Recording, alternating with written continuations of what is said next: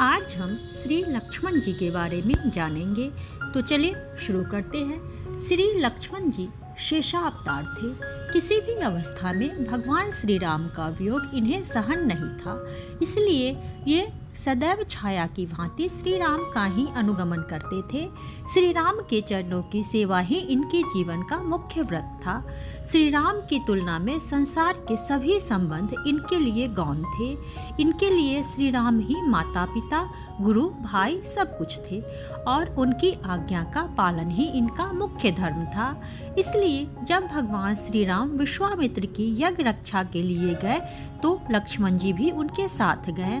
भगवान श्री राम जब सोने जाते थे तो ये उनका पैर दबाते और भगवान की बार बार आग्रह करने पर ही स्वयं सोते तथा भगवान के जागने के पूर्व ही जग जाते थे। अबोध शिशु की भांति इन्होंने भगवान श्री राम के चरणों को ही दृढ़तापूर्वक पकड़ लिया और भगवान ही इनकी अनन्य गति बन गए।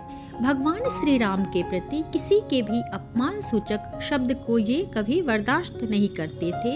जब महाराज जनक ने धनुष के न टूटने के क्षोभ में धरती को वीर विहीन कह दिया, तब भगवान के उपस्थित रहते हुए जनक जी का यह कथन श्री लक्ष्मण जी को बाण जैसा लगा।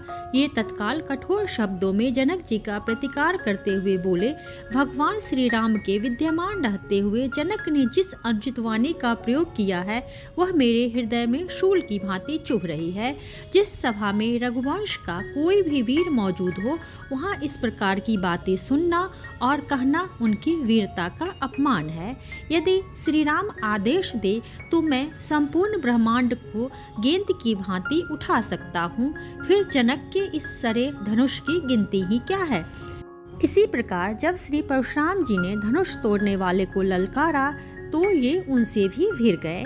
भगवान श्री राम के प्रति श्री लक्ष्मण जी की अनन्य निष्ठा का उदाहरण भगवान के वन गमन के समय मिलता है। ये उस समय देह गे सगे संबंधी माता और नवविवाहिता पत्नी सबसे संबंध तोड़कर भगवान के साथ वन जाने के लिए तैयार हो जाती हैं।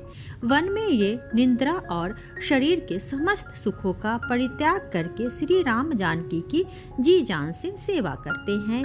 ये भगवान की सेवा में इतने मग्न हो जाते हैं कि माता पिता, पत्नी, भाई तथा घर की तनिक भी सुधि नहीं करते।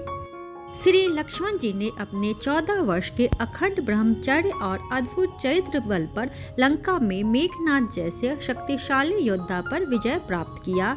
ये भगवान की कठोर से कठोर आज्ञा का पालन करने में भी नहीं हिचकते। भगवान की आज्ञा होने पर आंसुओं को भीतर ही भीतर पीकर इन्होंने श्री जानकी जी को वन में छोड़ने में भी संकोच नहीं किया। इनका आत्मत्याग भी अनुपम है। जिस समय तापस वेशधारी काल की श्री राम से वार्ता चल रही थी तो द्वारपाल के रूप में उस समय श्री लक्ष्मण ही उपस्थित थे। किसी को भीतर जाने की अनुमति नहीं थी। उसी समय दुर्वासा ऋषि का आगमन होता है और वे श्री राम का तत्काल दर्शन करने की इच्छा प्रकट करते हैं। दर्शन न होने पर वे शाप देकर संपूर्ण परिवार को भस्म करने की बात करते हैं। श्री लक्ष्मण जी ने अपने प्राणों की परवाह न करके उस समय दुर्वासा को श्री राम से मिलवाया और बदले में भगवान से परित्याग का दंड प्राप्त कर अद्भुत आत्मत्याग किया।